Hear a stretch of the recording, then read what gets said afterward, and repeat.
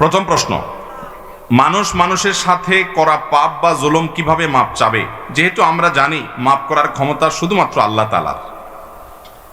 কেউ যদি কারোর প্রতি জুলুম করেন, অবিচার করেন, অন্যায় করেন, তাহলে তার কাছে মাপ চাইতে হবে কি হবে না?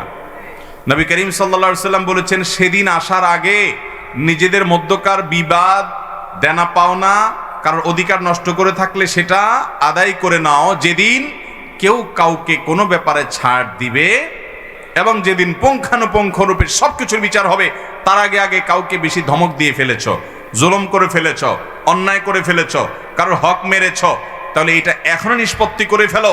তোমার নাকের ডগা নিঃশ্বাস আছে, মৃত্যু হয়ে গেলে এই সুযোগ তোমার আর হাতছাড়া হয়ে যাবে। বিধায় মানুষের কাছে মানুষের মাপ চেয়ে নিতে হবে। প্রশ্নকর্তা বলেছেন, মাফ করার মালিক তো একমাত্র আল্লাহ তাআলা, তাহলে মানুষের কাছে মাপ চাইবে কেন? এটা অন্তঃসার শূন্য কথা, সঠিক কথা নয়। কারণ আল্লাহ তাআলার যে হক, সেটা নষ্ট করলে সেটা মাফের ক্ষমতা একমাত্র আল্লাহ। কিন্তু বান্দার হক যখন আপনি নষ্ট করবেন, সেটা বান্দার কাছেই মাপ চাইতে হবে। স্বয়ং আল্লাহ তাআলা নিজে ওটা মাফ করবেনও না। মুসনাদ আহমদ হাদিসে আসছে, নবী সাল্লাল্লাহু আলাইহি সাল্লাম বলেছেন, আদ-দাওয়াবিনু ইনদাল্লাহি সালাসা, কিয়ামতের দিন আল্লাহর কাছে 3 ধরনের মামলা উঠবে। কয় ধরনের মামলা উঠবে? 3 ধরনের।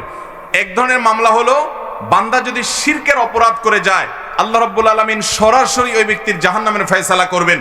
অনন্তকাল সে জাহান্নামে থাকবে, শিরক করে, বড় শিরক করে মুশরিক হয়ে দুনিয়া থেকে গেছে, তওবা ছাড়া মারা গেছে, তার মামলার কোনো শুনানিই নেই, সোজা জাহান্নাম অনন্তকালের জন্য। এটা এক ধরনের অপরাধ। দ্বিতীয় যে অপরাধের বিচার কিয়ামতে আল্লাহ করবেন, সেটা হলো আল্লাহর হক সংশ্লিষ্ট। কারোর নামাজের ত্রুটি আছে, কারোর রোজায় ত্রুটি ছিল, কারোর তেলাওয়াতে ত্রুটি ছিল, কেউ কোরআনের হক আদায়ে ত্রুটি করেছে। এই অপরাধগুলোর শাস্তি যেমন হতে পারে, আল্লাহ তাআলা চাইলে কাউকে ক্ষমাও করতে পারেন, যেহেতু এটা আল্লাহর হক নষ্ট করেছে সে। তৃতীয়ত যে অপরাধের বিচার আখিরাতে হবে, সেটি হলো মানুষের হক নষ্টের বিচার। আপনি কাউকে গালি দিয়েছেন, একজন রিকশাওয়ালার রিকশায় উঠেছেন, 2 কথা থেকে 3 কথা হয়ে গেছে, গায়ের জোর দেখিয়ে চলে আসছেন, ভাড়ার টাকাটাও দেন নাই, একটা চড় কষে দিয়ে এসেছেন। বেচারা দুর্বল, কিছু বলতে পারে নাই। কাজের লোকটাকে ভালো মন্দ শুনিয়ে দিয়েছেন, অন্যায়ভাবে, তার ভুল ছিল না, তাও করেছেন, সীমা লঙ্ঘন করেছেন, তার কাছে মাপ চান নাই এবং এটা নিষ্পত্তি করেন নাই। এরকম বান্দার যত হক আছে, আল্লাহ রাব্বুল আলামিন এই হকগুলোর সম্পর্কে কিয়ামতের দিন বান্দার কাছেই ন্যস্ত করবেন। আল্লাহ নিজে সেটা মাফ করতে যাবেন, বলবেন যে এটা তার বিষয়। বিধায় কোনো মানুষের হক নষ্ট করলে তার কাছেই মাপ চাইতে হবে। এটা আল্লাহর কাছে মাপ চাইলেই মাপ হবে এমন নয়, বরং বান্দার কাছে মাপ চাইবেন, পাশাপাশি আল্লাহর কাছেও মাপ চাইবেন। কারণ বান্দার হক নষ্ট করাটা এটা আল্লাহর হক নষ্ট করারও শামিল। আল্লাহ নিষেধ করেছেন বান্দার হক নষ্ট করতে, বিধায় আল্লাহর কাছেও মাপ চাইবেন, আর ওই মানুষের কাছ থেকেও মাপ চেয়ে নিতে। হ্যাঁ, কিছু মানুষ আছে যারা বান্দার হক নষ্ট করেছেন, কিন্তু আল্লাহকে এত সন্তুষ্ট করতে পেরেছেন যে কিয়ামতের ময়দানে আল্লাহ তাআলা ওই পাওনাদারকে খুশি করে এই ব্যক্তিকে জান্নাতে দিবেন, কিন্তু ওই পাওনাদারের কাছ থেকে নিষ্পত্তি আল্লাহ করায় নেবেন, আল্লাহ নিজে সেটা মাফ করবেন। বান্দার হক এত জঘন্য বিষয় ভাই। আপনি কোনো মানুষের 10টা টাকা মেরেছেন, আপনি কোনো অফিসে কর্মরত ছিলেন, আপনি ঘুষ খেয়ে খেয়ে কাজ করেছেন, মানুষের অধিকার নষ্ট করেছেন, মানুষের টাকা খেয়েছেন অন্যায় ভেবে। আপনি কোনো দোকানে, কোনো কোম্পানিতে চাকরি করেছেন, কোম্পানির টাকা পয়সা চুরি করে খেয়েছেন। এগুলো যদি দুনিয়াতে ফেরত না দেন অথবা মাপ চেয়ে না যান, কিয়ামতের ময়দানে আমলের পাহাড় মাথা নিয়ে যাবেন। নবী সাল্লাল্লাহু আলাইহি সাল্লামের হাদিস বলছে, আপনি ভিখারি হয়ে যাবেন। তিনি বলেছেন, আতাদরুনা মানিল মুফলিস, তোমরা কি জানো সবচেয়ে বড় ভিখারি কে? সাহাবীরা বললেন, ইয়া রাসূলুল্লাহ, আল মুফলিসু ফিনা মাল্লা দিনার আল্লাহু ওয়ালা দিরহামা, যার কোনো টাকা পয়সা নেই তাকেই তো আমরা ভিখারি জানি। নবী সাল্লাল্লাহু আলাইহি সাল্লাম বললেন, আরে সেই ভিখারি আসল ভিখারি না। আসল ভিখারি হলো সে যে দুনিয়াতে অনেক হজ উমরা করে গেছে, অনেক কোরআন খতম দিছে, অনেক তারাবি তেলাওয়াত করেছে, অনেক জিকির আজকার করেছে, অনেক নামাজ কালাম পড়েছে, অনেক দান সাদাকা করেছে, অনেক নফল রোজা রেখেছে, অনেক ওয়াজ মাহফিল করেছে, অনেক মানুষের উপকার করেছে, অনেক আমল করে সওয়াবের পাহাড় মাথায় নিয়ে গেছে, মুছে তাও দিতে দিতে গেছে যে জান্নাত আমার ঠেকায় কে, এত আমল করে গেছি, আমি হাজী সাহেব গাজী সাহেব হয়ে গেছি। আল্লাহ তাআলার দরবারে কিয়ামতের ময়দানে যখন যাবে, তার পাওনাদাররা সব তাকে ঘিরে ফেলবে। দুনিয়াতে ওই ছোটবেলায় যৌবনকালে স্কুলে কলেজে পড়ার সময় 3-4 বন্ধু মিলে কোন চা দোকানদারকে মেরেছে, কোন রিকশাওয়ালার প্রতি জুলুম করেছে, কোন দুর্বল মানুষের প্রতি অবিচার করেছে, কোন পথচারীর প্রতি গালিগালাজ করেছে, কোন মেয়েকে টিজ করে কষ্ট দিয়েছে, কোন মেয়ের প্রতি নোংরা কথাবার্তা ছড়ে দিয়েছে, ফেসবুকে, অনলাইনে, অফলাইনে মানুষের যে অধিকারগুলো নষ্ট করেছে, সকল অধিকার নষ্ট যাদের করেছে, সেরা সব সেদিন হাজির হয়ে আল্লাহর দরবারে বলে, আল্লাহ এই লোক অনেক লম্বা লম্বা আমল করে বিশাল সওয়াবের পাহাড় নিয়ে এসছে, কিন্তু এই লোকটা আমাকে একদিন একটা গালি দিয়েছিল, আমার কোনো দোষ ছিল না, সে অনেক ক্ষমতাবান ছিল, পয়সাওয়ালার ছেলে ছিল, 4-5 বন্ধু একসাথে ছিল, আমি ভয়ে কিছু বলতে পারি নাই, দুনিয়াতে বিচার পাই নাই, আপনি তো আহকামুল হাকিমিন, আজকে তো সমস্ত বিষয়ের বিচার হবে, আমি আমার এই অন্যায়ের বিচার চাই। আল্লাহ তাআলা তখন ওই বান্দার যে অনেক নেকামল করে গেছে কিন্তু মানুষের হক নষ্ট করেছে, তার আমল থেকে কি সওয়াব দিয়ে দিবেন। এরপরে আরেকজন পাওনাদার একটা নিষ্পত্তি করবেন। এভাবে করতে করতে তার সওয়াব যেগুলো সে করে গেছে কষ্ট করে, রাত জেগে ইবাদত বন্দেগী করেছে, এগুলো দিয়ে দিয়ে পাওনাদারদের পাওনা নিষ্পত্তি করার পর তার কোনো সওয়াব নাই, এখন সে সওয়াব শূন্য হয়ে গেছে। অথচ পাওনাদার তখনও শেষ হয়নি, এবার পাওনাদারদের পাপের বোঝা তার অপরাধের মাত্রা অনুপাতে তার মাথায় দিয়ে আল্লাহ তাআলা তার মাথা থেকে সকল দায় যখন মুক্ত করবেন, সকল দেনা যখন পরিশোধ করবেন, সকল মামলা যখন নিষ্পত্তি করবেন, সকল পাওনাদারকে যখন বিদায় দিবেন, ততক্ষণে তার আমল এবং সওয়াবের সব তো শেষ, উল্টা বরং পাপের বোঝা তার মাথার উপরে বিশাল পড়ে আছে, বাধ্য হয়ে সে জাহান্নামে নিক্ষিপ্ত হবে। নবী সাল্লাল্লাহু আলাইহি সাল্লাম বলেছেন, এর চাইতে বড় ভিখারি, এর চাইতে বড় অভাবী, এর চাইতে বড় রিক্ত, এর চাইতে বড় রিক্তহস্ত, এর চাইতে বড় দুর্দশাগ্রস্ত এবং কপাল পোড়া এবং দুর্ভাগা আল্লাহর সৃষ্টি জগতে আর কেউ হবে। সেই পরিস্থিতি থেকে যদি বাঁচতে চাই তাহলে দুনিয়াতে মানুষের অধিকারের পরে সচেতন থাকতে হবে। কারোর প্রতি অন্যায় হয়েছে দুনিয়াতেই মাপ চেয়ে ফেলতে হবে। বাবার সামনে জোরে কথা বলে ফেলেছি, পা জড়িয়ে তাকে জড়িয়ে চোখের পানি ফেলে দুনিয়াতে মাপ চেয়ে নিতে হবে, বাবা মাফ করে দেন। কোনো কারোর প্রতি দুর্বলের প্রতি অত্যাচার হয়ে গেছে, তার কাছে মাপ চেয়ে নিতে হবে চোখের পানি ফেলে, ভাই আপনি আল্লাহর জন্য আমাকে মাফ করে দেন। কারোর হক নষ্ট করেছি, তার হক তাকে পরিশোধ করে দিতে হবে। আল্লাহ আমাদের সবাইকে এই দায়িত্বশীল আচরণ করার তৌফিক দান করো, চেষ্টা করবো তো সবাই ইনশাআল্লাহ। এরপরে প্রশ্ন হলো, মসজিদে যদি বুঝি নাই কি লিখছেন, মসজিদের জমি যদি মসজিদের নামে দলিল না থাকে তাহলে সেই মসজিদে জুমার নামাজ পড়া যাবে কিনা? জমিওয়ালা কেউ যদি রাগের ছলে বলে এখানে কি জন্য আসিস, তাহলে ওই মসজিদে ওইটা কতটুকু প্রযোজ্য? প্রথম কথা হলো যে, আপনি বসেন, বারবার উঠাউঠি করেন না। প্রথম কথা হলো যে মসজিদে নামাজ বিশুদ্ধ হওয়ার জন্য ওই জমির মালিক তিনি সন্তুষ্ট চিত্তে মসজিদে দান করলেন, এটাই যথেষ্ট। কেউ মসজিদের জায়গা দান করেছেন, মুখে দান করেছেন যে এটা আমি মসজিদের জন্য দিলাম, এটার ভিত্তিতে সেখানে নামাজ পড়লে নামাজ হয়ে যাবে। লিখিতভাবে ওয়াকফ করা হয় নাই, তারপরও সেখানে নামাজ হয়ে যাবে, যদিও লিখিতভাবে ওয়াকফ করাটাই উচিত এবং কর্তব্য, সেটা না করলেও নামাজ সেখানে পড়লে আদায় হয়ে যাবে। এখন কথা হলো, অনেক ছোট লোক মসজিদের জমিদাতা আছে, নিজেকে মোতাওয়াল্লি দাবি করে, চুন থেকে নুন খসলে সে অনেক মুসল্লিকে খোঁটা দেয় যে আমার মসজিদে কেন আসে, এটা আমার মসজিদ, আমি করেছি। তো এই ছোট লোকই কথার কারণে সেখানে নামাজ পড়লে আপনার নামাজে কোনো অসুবিধা হবে না, কিন্তু সে এই ছোট লোকই আচরণ করার মাধ্যমে মসজিদের জায়গায় দান করে যে সওয়াব পাওয়ার কথা ছিল সেখানে সওয়াবের পরিবর্তে বরং গুনাহ হতে পারে, অর্থাৎ শাস্তির মুখোমুখি হতে পারে সে মানুষ আল্লাহর রাস্তায় দান করে সে আবার খোঁটা দিয়েছে মানুষকে। কোন জায়গা যখন মসজিদকে দান করে দিবেন তখন ওইটার মালিক কে? আমাদের দেশে অনেক মসজিদ কমিটির লোকেরা একটা বড় ভুল করে, সেটা কি? সেটা হলো, মসজিদে ধরেন কমিটির সভাপতি সাহেব, সেক্রেটারি সাহেব, ক্যাশিয়ার সাহেব, মেম্বার সাহেব, উনি অনেক টাকা দিলেন, 2 লাখ, 5 লাখ, 10 লাখ, বা মাসে মাসে উনি 50,000, 20,000 করে টাকা দেন, ওনার টাকা থেকে ইমাম মুয়াজ্জিনের বেতনও হয়। তখন উনি মনে করেন এই ইমাম মুয়াজ্জিন এরা বোধহয় ওনার চাকর, কারণ ওনার টাকা দিয়ে বেতন হয়, ওনার টাকা দিয়ে যেহেতু তারা চলে বা বেতন পায়, এই জন্য উনি মনে করেন যে তাহলে লোকগুলো আমার অধীনস্থ। অথচ এটা স্পষ্ট ভুল। কেন? কারণ আপনি যদি মসজিদে 10 টাকাও দান করেন বা 10 কোটি টাকাও দান করেন বা জমি দান করেন, এই দানটা মূলত আপনি কাকে করেছেন?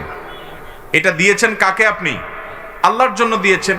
তাইলে আপনি দান করার পর এটার মালিক এখন কে? আল্লাহ। এরপর আল্লাহর তরফ থেকে আল্লাহর ঘরের প্রতিনিধি হয়ে মসজিদ কমিটির দায়িত্বশীল লোকেরা তারা এটা তত্ত্বাবধান করে। তাহলে আপনি আরেকজনের টাকার তত্ত্বাবধায়ক হলে যেরকম হয়, আল্লাহর টাকাটা এখন আপনিই দান করেছেন, বাট ওটা এখন আল্লাহর হয়ে গেছে, এখন আল্লাহর টাকাটার তত্ত্বাবধান আপনি করছেন, এখানে আপনার কোনো খবরদারি করার কোনো নৈতিক অধিকার থাকতে পারে? এই জিনিসটা না বোঝার কারণে অনেক কমিটির সদস্য ভাইরা সওয়াব করতে গিয়ে উল্টা গুনাহ হয়ে যায়। খবরদার, ইমাম মুয়াজ্জিন বা স্টাফদের যদি ভুল হয় তাদের সংশোধন করতে হবে, তারাও দায়িত্বশীল হতে হবে, তারা বেতন নিচ্ছেন, মসজিদের দায়িত্ব আদায় করতে হবে। কিন্তু তাই বলে তাদের প্রতি জুলুম করার সুযোগ নাই, তাদেরকে নিজের চাকর মনে করার সুযোগ নাই। ওই জমিদাতা মানুষকে খোটা দেওয়ার কোনো অধিকার, দান করার পরে তো এটা আপনার জমি না। অতএব আপনি বলার কে যে তুমি এই জায়গায় কেন আসছো? আপনি নিজেও এখানে যেভাবে আসছেন সেভাবে আসছে, এখন এটার মালিক আল্লাহ তাআলা।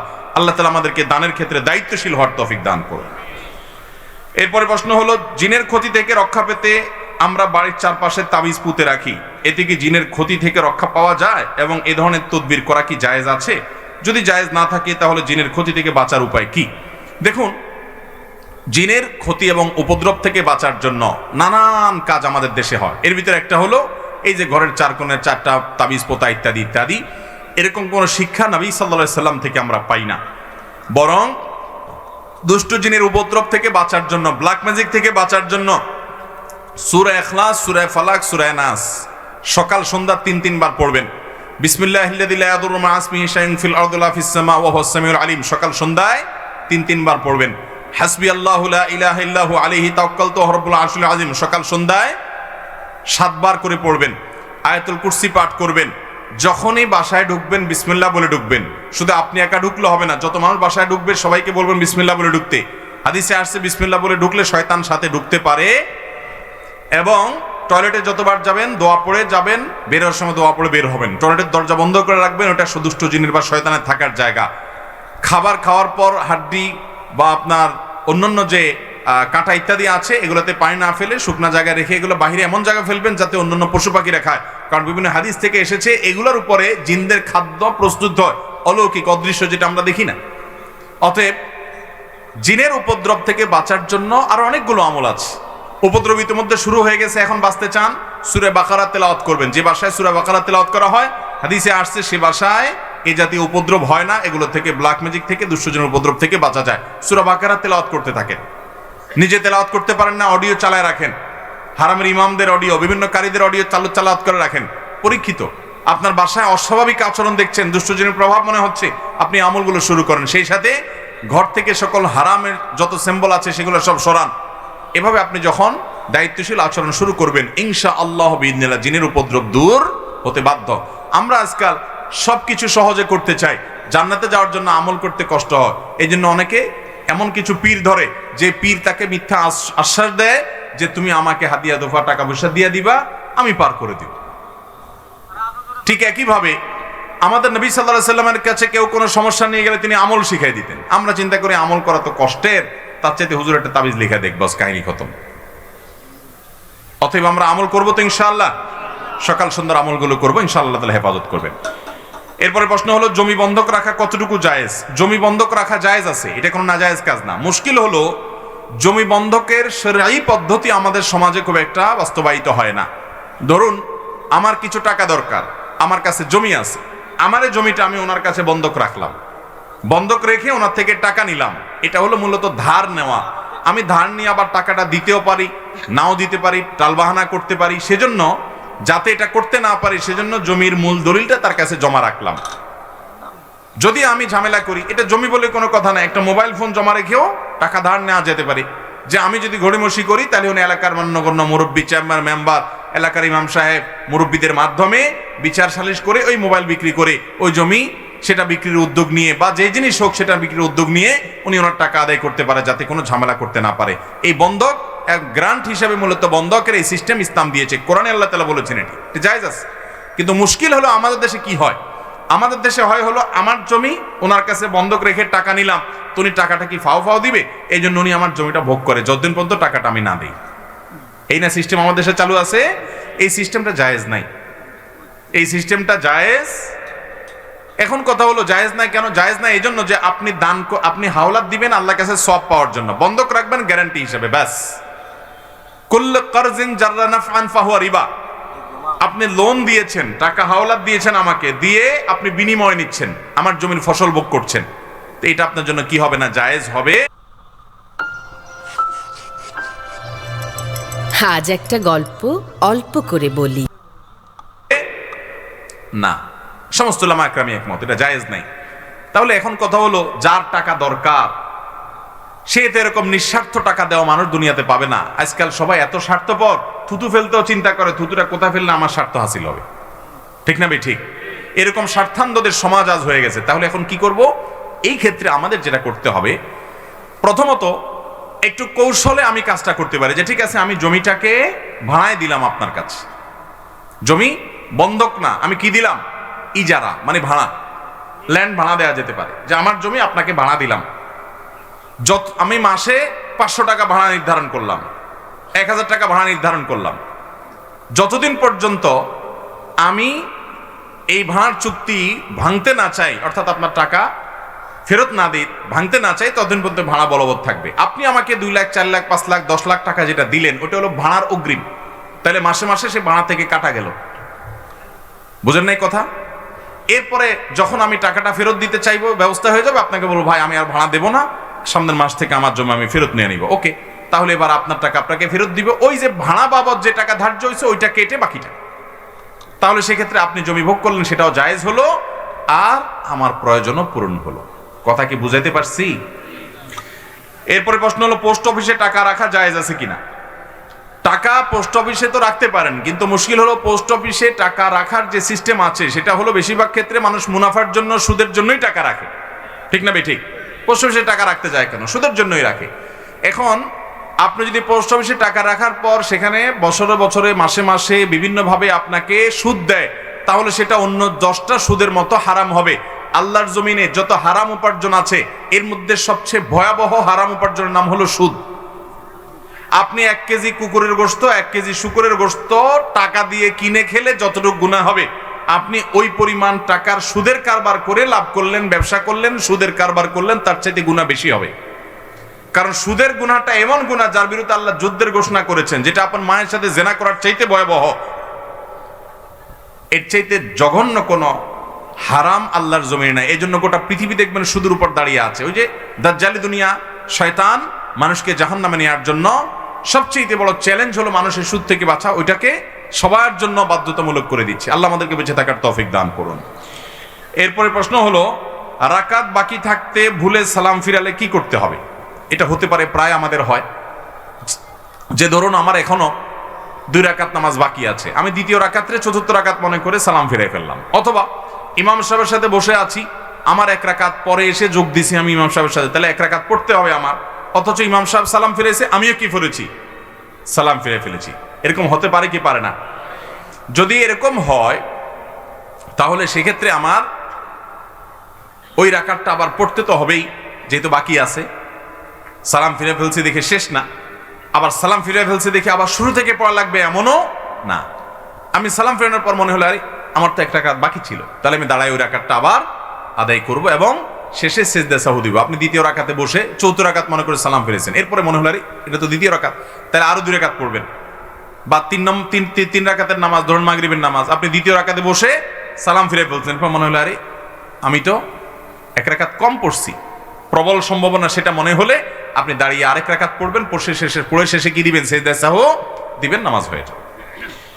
এরপরে প্রশ্ন হলো, স্বামীর পকেট থেকে স্বামীকে না জানিয়ে টাকা নেওয়া যাবে কিনা? স্বামীর পকেট থেকে স্বামীকে না জানিয়ে টাকা নিতে পারবেন কিনা? এই প্রশ্নটি অনেক মেয়েদের জন্য খুব গুরুত্বপূর্ণ। একবার রমজান মাসে সম্ভবত সারা রাত, আমাদের বাসায় রমজানের সবাই সাধারণত জেগে থাকে সারা রাত রমজান মাসে, দিনে ফজরের পরে এশাক পড়ে তারপরে 4-5-6 ঘন্টা একসাথে ঘুমায়। এটা আমাদের বাসায় একটা কালচার অনেক দিন থেকে। তো বিশেষ করে শেষ দশকে বেশি, আর অন্য সময় অনেক সময় হয়, করোনার সময়টা বেশি হয়েছে। যাই হোক, তো আমার মনে আছে একবার কোন এক রমজান মাসে 1-2 বছর আগে হবে, করোনার মধ্যেই, তো আমরা এরকম সকালে ঘুমাইছি, মোবাইল সাইলেন্ট করা আছে, ঘুম থেকে জোরের আগে উঠছি, উঠার পরে দেখি একই নাম্বার থেকে অনেকবার কল, ধরেন 15-20 বার কল। আরে একটা নাম্বার থেকে এতবার কল আসছে, নিশ্চয়ই কোনো মানুষ বিপদে পড়ছে। কল ব্যাক করলাম, দেখি ওই পাশ থেকে এক ভদ্র মহিলা বলতেছে, হুজুর আমার একটা ইমার্জেন্সি মাসালা, সেজন্য আপনাকে আমি বারবার বিরক্ত করতেছি। আমরা হ্যাঁ বোন, এটা বুঝতে পারছি আমি, ইমার্জেন্সি না হলে এতবার কল দেয় মানুষকে, মানুষ বলেন তাড়াতাড়ি বলেন। তখন ওই পাশ থেকে ভদ্র মহিলা বললেন, হুজুর মাসালাটা হলো আমার স্বামীর পকেট থেকে আমি টাকা নিলে জায়েজ হবে কিনা, এই প্রশ্নটাই। আমি বললাম এটা ইমার্জেন্সি মাসালা হলো আপনার? এতবার কল দিছেন, আমি তোমার সাথে কোনো বিপদ হয়ে গেছে। আমার ওয়াইফকে যখন বললাম দেখো এটা বলে ইমার্জেন্সি মাসালা, তখন আমার ওয়াইফ ভদ্রমহিলা আমারে বলল, তুমিও তো বুঝো না আসলে, বেচারির জন্য ওইটাই হয়তো ইমার্জেন্সি, সে হয়তো তার বখিল স্বামীর পকেটে কোনোদিন টাকা পায় না, আজকেই হয়তো জীবনের প্রথম চান্স পাইছে। অতএব এটা তার জন্য এই মুহূর্তে জানা জরুরি। তুমি তোমার জায়গা থেকে সবকিছু হিসাব করলে তো হবে না, ওই বেচারের জন্য ওইটা ইমার্জেন্সি ছিল হয়তোবা। হ্যাঁ বললাম ঠিক, তো আমি তো এইভাবে চিন্তা করিনি, হতে পারে। তো যাই হোক, এই প্রশ্নের উত্তর হলো মেয়েরা স্বামীর পকেট থেকে টাকা নিতে পারবে, এটা জায়েজ হবে তখন যদি স্বামী স্ত্রীর মধ্যকার এই বোঝাপড়া থাকে যে স্বামী জানে তার স্ত্রী দায়িত্বশীল, তার সংসারের প্রয়োজনে খরচ করে, বা তিনি যেখানে খরচ করেন সেই খরচের ব্যাপারে স্বামীর আপত্তি থাকে না। এরকম অনেক স্বামী স্ত্রীর মধ্যে বোঝাপড়া আছে না নাই? অনেকে আছেন যে হ্যাঁ তার মানিব্যাগ থেকে তার স্ত্রী নিয়ে ভিখারিকে দিচ্ছেন, বাসার কোনো বাজার সদাই অনলাইনে অর্ডার করেছেন সেটা টাকা দিচ্ছেন। স্বামীর কাছ থেকে প্রত্যেকটার জন্য আলাদা আলাদা অনুমতি নেওয়ার দরকার নাই, স্বামীর মৌন সম্মতি আছে। আছে না? এরকম অনেক ফ্যামিলি। এরকম যদি হয় তাহলে তো আপনি নিতে পারেন, কোনো অসুবিধা নেই। আর যদি ব্যাপারটা এরকম হয় যে আপনি স্বামী ঘুমানোর পর ওই হুজুরের কাছ থেকে মাসালা জিজ্ঞাসা করে তারপর চুপে চুপে আস্তে করে মানিব্যাগটা বের করে আপনি সেখান থেকে টাকা পড়ায় সরায় আবার জায়গা মতো রেখে দিচ্ছেন, ভদ্রলোক যাতে টেন না পায়, প্রক্রিয়া যদি এটা হয় তাহলে সেটা না জায়েজ। কারণ সেটা হবে কি তখন? চুরি। তখন সেটা হবে কি? চুরি। কোন কোন ক্ষেত্রে ডাকাতিও হয় আজকাল। কোন কোন ফ্যামিলিতে কি হয়? ডাকাতি মানে কি? সরাসরি ওঠ, টাকা না দিলে খবর আছে। যাই হোক, স্বামী স্ত্রীর মধ্যকার যে খুনসুটি খানসা, তাদের মধ্যকার যে আপনার কি বলে এটাকে, যে তাদের মধ্যকার যে ভালোবাসার একটা সম্পর্ক আছে, সেই সম্পর্কের কারণে একে অন্যের প্রতি যে আবদারের সম্পর্ক আছে, সে আবদারের সম্পর্কের কারণে আপনার নিল, স্বামী কিছু মনে করে না, হাসাহাসির মধ্যে নিল, এটাতে কোনো অসুবিধা। কিন্তু ওই যে চুরি করে করে সরাচ্ছেন, সেটা কিনা জায়েজ? হ্যাঁ, এই চুরি জায়েজ আছে একটা জায়গায়। সেটা কখন? আপনার স্বামী, আপনি অসুখে মরে যান তবুও আপনাকে ডাক্তারের কাছে নেয় না, আপনার বাসায় বাজার নাই তবুও দেয় না। অনেক বিশেষ করে এক স্বামী আরেক বিয়ে করলে অনেক সময় দেখা যায় অনেক জালেম, এই বউর খোঁজ খবর আর নেয় না, একেবারে নিত্য প্রয়োজনীয় তার যে প্রাপ্য সেটাও দেয় না, বাপের বাড়ির থেকে এনে বেচারি সংসার চালান লাগে, চাল ডাল কিনা লাগে। এরকম যদি হয় তখন এই স্বামীকে যদি আপনি বাগে পান, তো আপনার যতটুকু না হলে নয়, যেটা আপনার প্রাপ্য অধিকার, ভরণ পোষণ, খাবার দাবার, চাল ডাল কেনার, এই রকম টাকা তার কাছ থেকে আপনি সরায় নিতে পারেন, এটা জায়েজ হবে। কথা কি ক্লিয়ার? তাহলে স্বামী তার স্ত্রীর পকেট থেকে চোখ বন্ধ করে কেবল টাকা নিবেনই নিবেন, এটা কিন্তু জায়েজ নাই। বিশেষ করে স্বামী যদি আপত্তি করে যে হ্যাঁ আমাকে বলে নিবা, বা আমাকে না বলে নিবা না, বা স্বামী শুনলে নাখোশ হয়, নারাজ হয়, তাহলে সেক্ষেত্রে তাকে না বলে নেওয়া যাবে। আমি একজন ব্যবসায়ী, মহিলাদের দিকে তাকিয়ে বেচা কেনা করা লাগে, এ ব্যাপারে করণীয় কি? দেখুন, অনেক দোকানদার আছেন, কাপড়ের দোকানদার, মুদির দোকানদার, তারা দোকানদারি করতে গিয়ে মহিলা কাস্টমারদের সাথে কথা বলা লাগে। শুধু কথা বললে হয় না, অনেক অনেক মহিলা আছে এমন কপাল পড়া, এমন হতভাগা, এমন বেবুজা, যে তার দিকে দোকানদার, কাস্টমার, দোকানদার, দোকান মালিক বা দোকান কর্মচারী তাকিয়ে তাকে কথা না বললে তিনি অপমান বোধ করেন। এরকম কিছু মহিলা আছে না নাই? যে আমার দিকে তাকায় কথা বলা নাই কেন, তাহলে কি আমার রূপগুণ কম? আজকে তাহলে কি বাসা থেকে আমি মেকআপ একটু কম করে আসলাম, এ বদলোক কেন তাকাচ্ছে না? এরকম কিছু মহিলা আছে না নাই? এ আল্লাহর বান্দি বুঝে না যে তার দিকে না তাকিয়ে তাকে সম্মান করা হচ্ছে। কারণ তার দিকে তাকিয়ে তাকিয়ে রাস্তায় যত মানুষ তার সৌন্দর্য দেখে, এর বেশিরভাগ মানুষই তার সৌন্দর্য দেখে তাকে নিয়ে মনে মনে জেনা করে। এটাই হলো হাকিকত। এই হাকিকতকে আমাদের নাস্তিক বন্ধুরা, উগ্র সেকুলার বন্ধুরা অস্বীকার করে। তারা বলতে চায় যে হুজুরদের মন মানসিকতাই খারাপ, মহিলা দেখলেই বাজে চিন্তা আসবে, এমন কোনো কথা আছে? ওনাদের মনে কোনো বাজে চিন্তা আসে না, তারা হলো এই সমাজের সবচেয়ে ফেরেশতা মানুষ। কি বলেন? আল্লাহ রাব্বুল আলামিন মানুষকে সৃষ্টি করেছেন এভাবে, নারীর প্রতি পুরুষকে, পুরুষের প্রতি নারীকে আকৃষ্ট আল্লাহ তাআলা করেই সৃষ্টি করেছেন। এখন কোনো পুরুষ যদি বলে না কোনো মহিলার প্রতি আমার আকর্ষণ কিছু হয় না, তাহলে এই লোক হয় মিথ্যুক, আর না হলে নপুংসক। হয় তার ডাক্তার দেখানো দরকার, আর না হলে কোনো হুজুরের কাছে যাওয়া দরকার, কারণ সে মিথ্যুক। আল্লাহ তাআলা সৃষ্টি করেছেন এভাবে। একজন নারী তার নিজেকে অশ্লীলভাবে প্রদর্শন করবেন, আর আপনারা সবাই থাকে দেখবেন পবিত্র মনে আপনাদের মনে কোনো খারাপ চিন্তা আসবে না। এটা এটা পাগলের প্রলাপ হতে পারে। এই অবাস্তব কথা যারা বলে তারা পৃথিবীর অশান্তির জন্য সবচেয়ে বেশি দায়ী।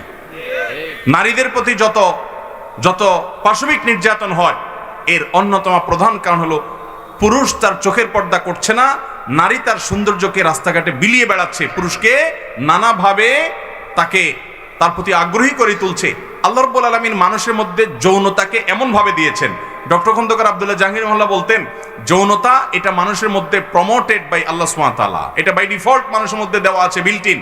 একটা বিশেষ বয়স আসলে যৌন আকাঙ্ক্ষা প্রচন্ড ভাবে জাগ্রত হয়, মানুষ কেন পশুর মধ্যে হয়, আল্লাহ এভাবে দিয়ে রেখেছেন। যেটা প্রমোটেড আগে থেকে সেটাকে আর প্রমোশন করতে হয় না বিজ্ঞাপনের নামে, অ্যাডভার্টাইজের নামে, শিক্ষার নামে, বিনোদনের নামে, পেপার পত্রিকার নিউজের নামে, নানাভাবে রিসিপশনের নামে, আপনার বিভিন্ন নামে আপনি নারীর সৌন্দর্যকে, নারীর শরীরকে আপনি আকর্ষণীয় করে, কমনীয় মোহনীয় করে, মানুষকে আকৃষ্ট করে আপনি উপস্থাপন করবেন। তার মানে যৌন আকাঙ্ক্ষা এমনিতেই তার ভিতরে প্রমোটেড আছে, এমনিতে আকাঙ্ক্ষা জেগে থাকে সবার মধ্যে, সেটাকে আরো বেশি জাগ্রত করে তুলবেন। তাহলে একটা গাড়ি 120 কিলোমিটার স্পিডে চলছে, ওইটাকে যদি আরেকটা গাড়ি দিয়ে ধাক্কা দেন, প্রমোটেড জিনিসটাকে আবারও যদি প্রমোশন করার চেষ্টা করেন, দুর্ঘটনা ঘটবে কি ঘটবে না? আজকে সমাজে দুর্ঘটনা ঘটছে, এর মূল কারণ এটা। আপনি বলবেন না পুরুষদের মন ভালো করে ফেললেই সব সমস্যার সমাধান হয়ে যাবে। আমি বিনয়ের সাথে আপনাকে জিজ্ঞাসা করতে চাই, পৃথিবীর কোন দেশে, যে দেশগুলো এই সবকগুলো আপনাদেরকে শিখাচ্ছে, সেই ইউরোপ আমেরিকাতে মেয়েরা সব নিরাপদ হয়ে গেছে? কর্মস্থলে মেয়েদের প্রতি পাশবিক নির্যাতন হয় না? পেপার পত্রিকা এবং জরিপ খুলে দেখেন কি ভয়ঙ্কর চিত্র আছে। বাংলাদেশের একেবারে প্রথম শ্রেণীর একজন প্রকৌশলী, নাম বললে সবাই চিনে যাবেন, আমিও নাম বলবো না, কোন একটা টেলিভিশন প্রোগ্রামের পর তিনি আমার সাথে দেখা হওয়ার পরে কথা প্রসঙ্গ নিয়ে আমাকে বললেন, হুজুর আপনি কি জানেন আমেরিকার মতো দেশে কয়েক সেকেন্ডের জন্য যদি বিদ্যুৎ চলে যায় কোনো জায়গায়, লিফটের মধ্যে থাকা মেয়েদের প্রতি কি পরিমাণ হামলে পড়ে ছেলেরা, আপনি কি জানেন? এবং বিভিন্ন রেশিও আপনি পত্রপত্রিকাতে, অনলাইনে আপনি ঘাটলে পাবেন যে কর্মস্থলে নারীরা কি পরিমাণ নির্যাতিত, নিগৃহীত। শতকরা কত পার্সেন্ট মেয়েরা বিভিন্নভাবে যৌন নিপীড়নের শিকার, আপনি অনলাইন ঘাটলে পেয়ে যাবেন জরিপ। তাহলে বোঝা গেল এই সমস্ত ফালতু কথা, অযৌক্তিক কথা যে পুরুষরা মন ভালো করলেই হয়ে যাবে, মেয়েদের পর্দা করার দরকার নাই। হ্যাঁ, পুরুষদেরকে আল্লাহ নির্দেশ করেছেন তারা তাদের চোখকে নিয়ন্ত্রণ করতে হবে, মনকে নিয়ন্ত্রণ করতে হবে, আবার নারীরা তাদের সৌন্দর্যকে নিয়ন্ত্রণ করতে হবে, প্রদর্শন করবে। এই উভয়মুখী প্রচেষ্টা দ্বারা একটা সমাজ স্থিতিশীল এবং স্বাভাবিক অবস্থা যাবে। আল্লাহ আমাদেরকে পর্দার বিধানের গুরুত্ব বোঝার তৌফিক দান করুন। দুঃখিত, যে ব্যবসায়ী দোকানদার ভাই, আপনি দোকানদারি করতে গিয়ে মহিলার দিকে তাকায় কথা বলা লাগতেছে, না বল মাইন্ড করতেছে, আপনি এই জন্য ওই তার মাইন্ডের কারণে আপনি চোখের জেনা করবেন না। আমি দোকানদার হিসেবে আপনাকে পরামর্শ দিব, আপনি ওই কাস্টমারকে এমন সুন্দরভাবে তার সাথে বিহেভ করবেন যে তার জন্য প্রয়োজনীয় পরামর্শটা দিবেন, যে আপা বা বোন বা মা বা খালা, খালা বলে তো আজকাল মেয়েরা যেতে যাবে, দরকার নাই, আপাই বলেন, যে বোন, যে আপনার জন্য এটা মনে হয় ভালো হবে, এটা এত, এর নিচে আমি পারবো না। আপনার আচার আচরণ দ্বারা বোঝানোর চেষ্টা করেন যে আমি আপনাকে আসলে অবজ্ঞা করছি না বোন, আমি আপনাকে না দেখে, আপনার দিকে তাকিয়ে না থেকে আপনাকে অসম্মান করছি না, আপনার প্রতি সম্মান আমার অন্তরে পরিপূর্ণ মাত্রায় আছে, বাট আপনার দিকে তাকাচ্ছি না, সেটাও আপনার প্রতি সম্মানের অংশ হিসাবে।